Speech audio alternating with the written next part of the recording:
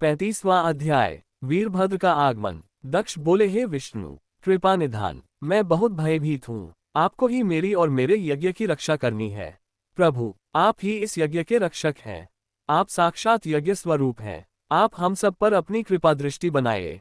हम सब आपकी शरण में आए हैं। प्रभु, हमारी रक्षा करें ताकि यज्ञ का विनाश न हो।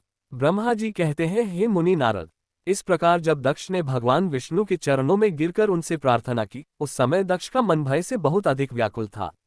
तब श्रीहरि ने दक्ष को उठाकर अपने मन में करुणानिधान भगवान शिव का स्मरण किया और शिव तत्व के ज्ञाता श्रीहरि दक्ष को समझाते हुए बोले, दक्ष, तुम्हें तत्व का ज्ञान नहीं है, इसलिए तुमने सबके अधिपति भगवान शंकर की अवहेलना की है। भगवान की स्तुति के बिना कोई भी कार्य सफल नहीं हो सकता।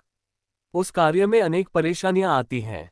जहां पूजनीय व्यक्तियों की पूजा नहीं होती, वहां गरीबी, मृत्यु तथा भय का निवास होता है।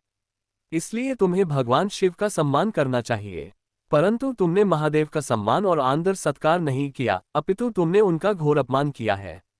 इसी के कारण तुम्हारे ऊपर घोर संकट के बादल मंडरा रहे हैं। मैं तुम पर छाए इस संकट से तुम्हें उबारने में पूर्णतः असमर्थ हूं। ब्रह्मा जी कहते हैं, नारद, भगवान विष्णु का वचन सुनकर दक्ष सोच में डूब गया। उसके चेहरे का रंग उड़ गया और वे घोर चिंता में पड़ गए। तभी भगवान शिव द्वारा भेजे गए गणों सहित वीरभद्र और महाकाली का उनकी सेनाओं सहित उस यज्ञशाला में प्रवेश हुआ। वे सभी महान पराक्रमी थे। उनकी गणना करना असंभव था।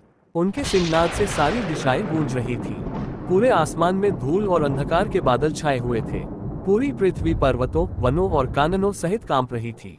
समुद्रों में ज्वार भाटा उठ रहा था। उस विशालकाय सेना को देखकर समस्त देवता आश्चर्यचकित थे। उन्हें देखकर दक्ष अपनी पत्नी के साथ भगवान विष्णु के चरणों में गिर पड़े और बोले, हे प्रजापालक विष्णु, आपके बल से ही मैंने इस विशाल यज्ञ का आयोजन किया था। प्रभु, आप कर्मों के साक्षी तथा यज्ञों के प्रतिपालक हैं। आप ही धर्म के रक्षक हैं।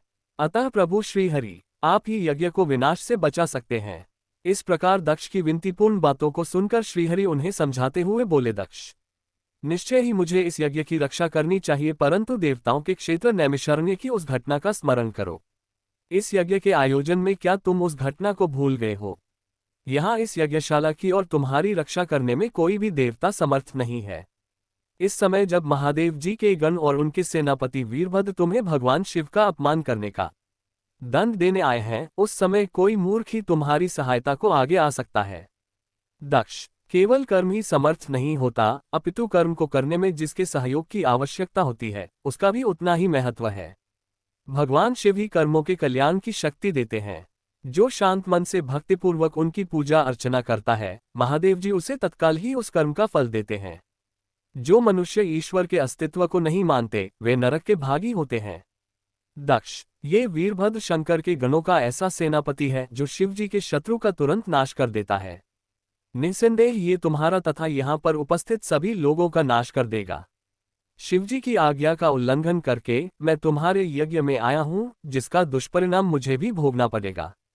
अब इस विनाश को रोकने की शक्ति मेरे पास नहीं है। यदि हम यहाँ से भागकर स्वर्ग, पाताल और पृथ्वी कहीं भी छिप जाएं, तो भी वीरभद्र के शस्त्र हमें ढूंढ लेंगे। शिवजी के सभी गण बहुत शक्तिशाली हैं। विष्णु जी यह कह ही रहे थे कि वीरभद्र अपनी अजय सेना के साथ यज्ञ मंडप में आ पहुंचा।